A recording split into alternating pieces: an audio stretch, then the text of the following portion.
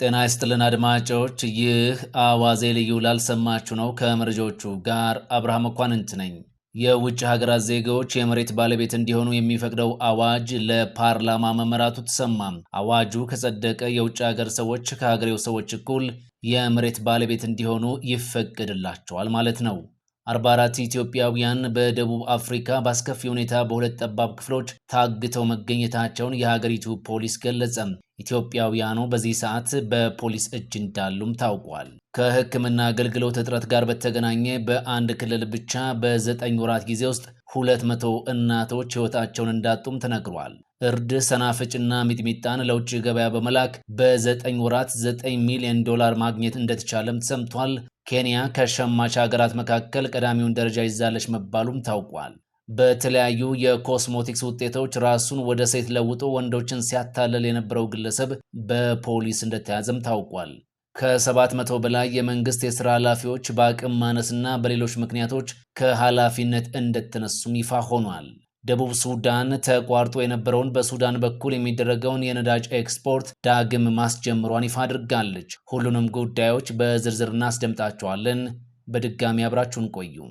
የውጭ ሀገራት ዜጎች የመሬት ባለቤት እንዲሆኑ የሚፈቅደው አዋጅ ለፓርላማ መመራቱ ተሰምቷል። የሚኒስትሮች ምክር ቤት የውጭ ሀገር ሰዎች የማይንቀሳቀስ ንብረት ባለቤት እንዲሆኑ የሚያስችለውን ረቂቅ አዋጅ በሙሉ ድምፅ በማጽደቅ ወደ ፓርላማ መምራቱን ይፋ አድርጓል። ይህ አዋጅ በፓርላማው የሚጸድቅ ከሆነ ኢትዮጵያ ከ1960 ዓ.ም ጀምሮ ስትጠቀምበት የነበረውን ሕግ በአዲስ ትለውጣለች ማለት ነው። ከዚህ ቀደም የነበረው ሕግ የውጭ ሀገራት ዜግነት ያላቸው ኢትዮጵያውያንን ግን የማይንቀሳቀስ ንብረት ከማፍራት የሚከለክል እንዳልነበር ይታወቃል። ከመቼውም ጊዜ በላይ የመሬት ዋጋ በናረበት በዚህ ሰዓት የውጭ ሀገር ሰዎችን ባለመሬት እንዲሆኑ መፍቀዱ የዜጎችን የመሬት ይዞታን የማግኘት መብትን ይሻማል የሚል ትችት ከወዲሁ እየተሰሙ ነው። አዋጁ ይህን መብት እንዳያጣበብ ተደርጎ የተዘጋጀ እንደሆነም ግን ተገልጿል። የውጭ ሀገር ዜጎች በኢትዮጵያ የማይንቀሳቀስ ንብረት ባለቤት እንዲሆኑ የሚያስችለው ሕግ እየተሰናዳ መሆኑ የተነገረው ከአንድ ዓመት ቀደም ብሎ ነው። አዋጁ ከጸደቀ የውጭ ካፒታል ፍሰት እንዲኖር ለማበረታታት፣ የስራ ዕድል ለመፍጠር፣ የቤት ልማትና ተደራሽነትን ይበልጥ ለማነቃቃትም እንደሚያግዝ ተገልጧል። 44 ኢትዮጵያውያን በደቡብ አፍሪካ በአስከፊ ሁኔታ በሁለት ክፍሎች ተዘግቶባቸው መገኘታቸውን የሀገሪቱ ፖሊስ ይፋ አደረገም። በጆሃንስበርግ በአንድ ቤት ውስጥ ተቆልፎባቸው የነበሩ ናቸው የተባሉ 44ቱ ኢትዮጵያውያን በህገወጥ ደላሎች አማካኝነት ደቡብ አፍሪካ የገቡ ሳይሆኑ እንዳልቀረም ፖሊስ ገልጿል። ፖሊስ እነዚህን ኢትዮጵያውያኑን ሊያገኝ የቻለው ድምፅ መስማቱን ተከትሎ እንደሆነም ገልጿል። የነበሩበት ሁኔታ እጅግ አስከፊ እንደሆነ የገለጸው ፖሊስ ኢትዮጵያውያኑ በቂ ምግብም ሆነ ሌሎች አስፈላጊ ነገሮች እንዳልቀረቡላቸው ተናግሯል። ከተቆለፈባቸው ክፍሎች እንዳይወጡ ስለተደረጉ የፀሐይ ብርሃን እንኳን አይተው አያውቁም ነው ያለው ፖሊስ። ኢትዮጵያውያኑ ለምን ያህል ቀን በእንደዚህ አይነት ሁኔታ እንደቆዩ ግን የታወቀ ነገር የለም። ባለፈው ዓመት በተመሳሳይ በደቡብ አፍሪካ ውስጥ ኢሰብአዊ በሆነ አያያዝ ታግተው የነበሩ ናቸው የተባሉ 90 ኢትዮጵያውያንን ፖሊስ ማስለቀቁንም አስታውሷል። በአማራ ክልል በ9 ወራት በሕክምና ማጣት ምክንያት 200 ነፍሰ ጡር እናቶች ሕይወታቸውን እንዳጡ ተነገረ።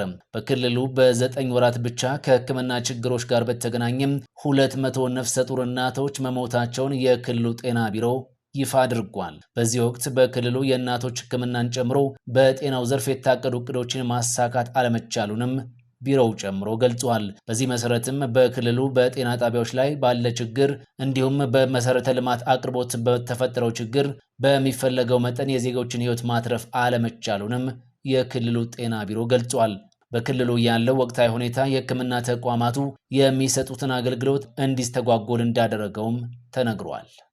ጎረቤት ሀገር ኬንያ ከኢትዮጵያ ቅመማ ቅመሞችን በመግዛት ዘንድሮ ቀዳሚ ሀገር ሆናለች ተባለም። ኬንያ በዚህ ዓመት በርበሬን፣ አብሽን፣ ኮረሪማን እንዲሁም ሌሎች ቅመማ ቅመሞችን 3.93 ሚሊዮን የአሜሪካ ዶላር ወጪ በማድረግ ከኢትዮጵያ ሸምታለች ተብሏል። ኬንያን ተከትለውም ህንድና የተባበሩት አረብ ኤሚሬት ቅመማ ቅመሞችን ከኢትዮጵያ በከፍተኛ መጠን የሚሸምቱ መሆናቸውን የኢትዮጵያ ቡናና ሻይ ባለስልጣን ገልጿል። በ9 ወራት ውስጥም ወደ እነዚህ ሀገራት ከ12000 በላይ ቶን የቅመማ ቅመም ምርት በመላክ 9 ሚሊዮን የአሜሪካን ዶላር ገቢ ማድረግ እንደተቻለም ተገልጿል።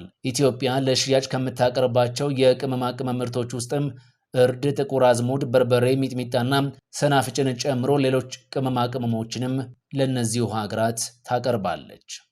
በተለያዩ የኮስሞቲክስ አይነቶችና አርቲፊሻል ጸጉር ራሱን ወደ ሴት ቀይሮ ሲያጭበረብር የነበረ ግለሰብ በፖሊስ ተይዟል። በምዕራብ ሐረርጌ ዞን ገለምሶ ከተማ ውስጥ ነው በኮስሞቲክስ ውጤቶች ራሱን ወደ ሴት በመለወጥ የማጭበርበር ድርጊት ሲፈጽም የቆየው ተብሏል። ተጠርጣሪው ስንታየው አስቻለ የተባለው የ20 ዓመት ወጣት የተለያዩ የኮስሞቲክስ ውጤቶችን በመጠቀም አርቲፊሻል ጸጉር እንዲሁም ረጅም ቀሚስ በመልበስ ከፍተኛ የማጭበርበር ተግባር ሲፈጽም እንደነበር ፖሊስ ገልጿል። ተጠርጣሪው ሴት መስሎ ወንድን በመቅረብ ካማለለ በኋላ አብረው እንዲያሳልፉ በማድረግ የእጅ ስልክና ቦርሳቸውን ነጥቆ በመሰወር ወንጀል ሲፈጽም ቆይቷል። በትልልቅ ከተሞች ላይም ተመሳሳይ ድርጊት ሳይፈጽም አይቀርም በሚል የፖሊስ ጥርጣሬ ምርመራ እየተደረገበት እንደሆነ ታውቋል።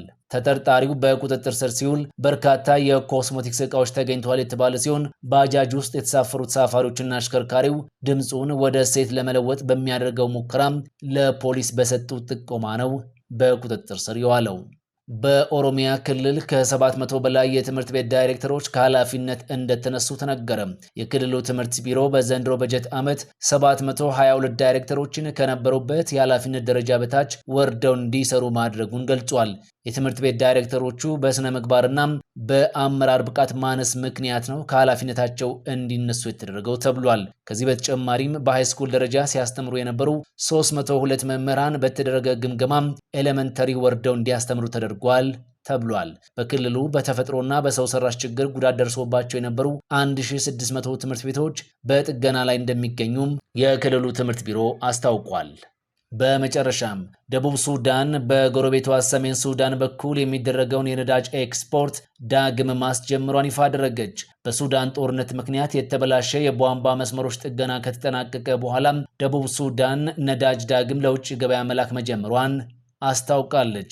በሰሜን ሱዳን በኩል ለውጭ ገበያ ይቀርብ የነበረው የደቡብ ሱዳን ነዳጅ በመጋቢት 2024 ከተቋረጠ በኋላ ሀገሪቱ ኢኮኖሚያ ክፉኛ እንዲጎዳ አድርጎ ዘልቋል። ደቡብ ሱዳን ዓመታዊ በጀቷን የምታሟላው ከነዳጅ ሽያጭ መሆኑም ይታወቃል። አሁን ብልሽት ገጥሞት የነበረው የነዳጅ መስመር ጥገናው ተጠናቋል፣ ተቋርጦ የነበረው ፍሰቱም ቀጥሏል ነው ያለው የደቡብ ሱዳን መንግስት። ጥገናው የሱዳን መንግስትን፣ የፈጥኖ ደራሽ ኃይሉንና የሱዳን ህዝቦች ነፃ አውጪ ንቅናቄን የነዳጁ መስመር የሚያልፍበትን ግዛትን የሚቆጣጠሩ ቡድኖችን ያካተተ ድርድር መደረጉን ተከትሎ የመጣ እንደሆነም ታውቋል። ይህ አዋዜ ልዩ ላልሰማችሁ ነው።